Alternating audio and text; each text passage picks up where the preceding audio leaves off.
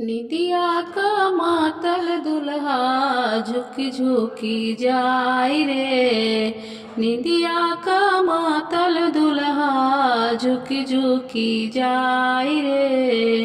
कहाँ गईली माई सुनैना परछी जमाई रे। कहाँ गईली माई सुनैना परछी जमाई रे। कहाँ गईली माई सुनैना। पाँच ही बाँस के रे डलवा बुनाई रे। पाँच ही बाँस के रे डलवा बुनाई रे।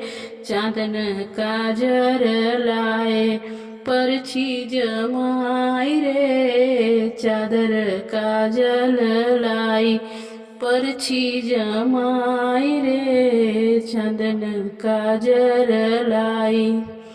जेहने हमार धिया ओहने जमाई रे।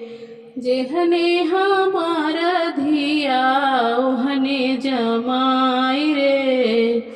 दुल्हा के देखी देखी नैना जुड़ाई रे। दुल्हा के देखी देखी निदिया के मातल दुल्हा झुकी झुकी जाई रे। निदिया के मातल दुल्हा।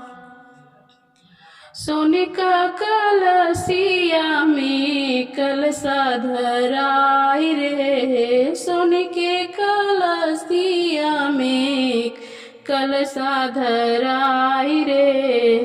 दुल्हा के परछी सखी दुल्हा के परछी सखी नाक दबाई रे। दुल्हा के परछी सखी। निदिया के मातल दुल्हा झुकी झुकी जाई रे। निदिया के मातल दुल्हा झुकी झुकी जाई रे। कहाँ गईली माई सुनैना।